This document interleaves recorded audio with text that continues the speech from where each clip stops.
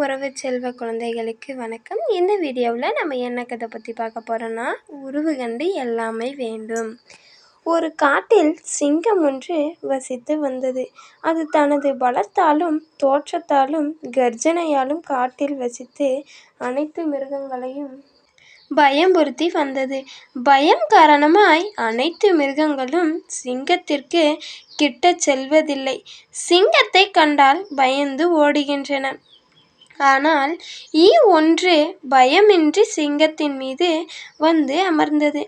அதை பார்த்ததும் சிங்கம் கோபமுற்று கர்ஜனையை செய்தபடியே, உன்னை என் பற்களால் கடித்து குதறுவேன், நெகங்களால் விரட்டுவேன், நசுக்கி பொசுக்கி போடுவேன் என்றது. அதற்கு ஏன் நீ பலசாலியாய் இருக்கலாம், உன்னை பார்த்து மற்ற மிருகங்கள் பயப்படலாம், ஆனால் நான் பயப்பட மாட்டேன். இன்னும் சொல்லப்போனால் நீ சொன்னபடி உன்னையே நீ பற்களால் கடித்து கொள்ளவும் நெகங்களால் விரட்டி கொள்ளவும் செய்வேன் என்றது. இதை கேட்ட சிங்கம் கோபத்துடன், இயலுமாயின் அதை செய், என் சாவால் விட பறந்து வந்து சிங்கத்தின் முதுகில் அமர்ந்து அதை கடித்தது. முதுகில் அமர்ந்தபோது அதை விரட்ட சிங்கம் தன் பற்களால் முயன்றபோது பறந்து விட சிங்கம் தன் முதுகை தானே கடித்து கொண்டது. சிங்கத்தின் முதுகில் அமர்ந்தபோது அதை விரட்ட தன் கால் நகங்களால் முயல பறக்க சிங்கம் தன் நகங்களால் தன் முதுகையே விரட்டி கொண்டது.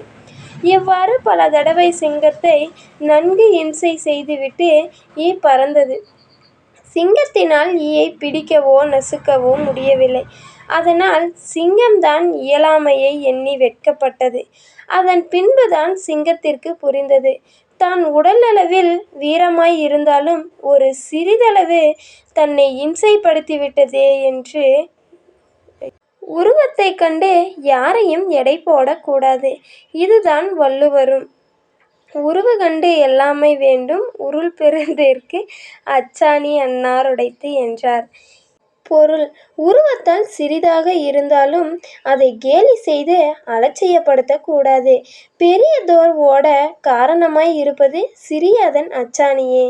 இந்த வீடியோ பிடிச்சிருந்தா சப்ஸ்கிரைப் பண்ணிக்கோங்க, கூடவே ஒரு லைக்கும் போட்டுக்கோங்க.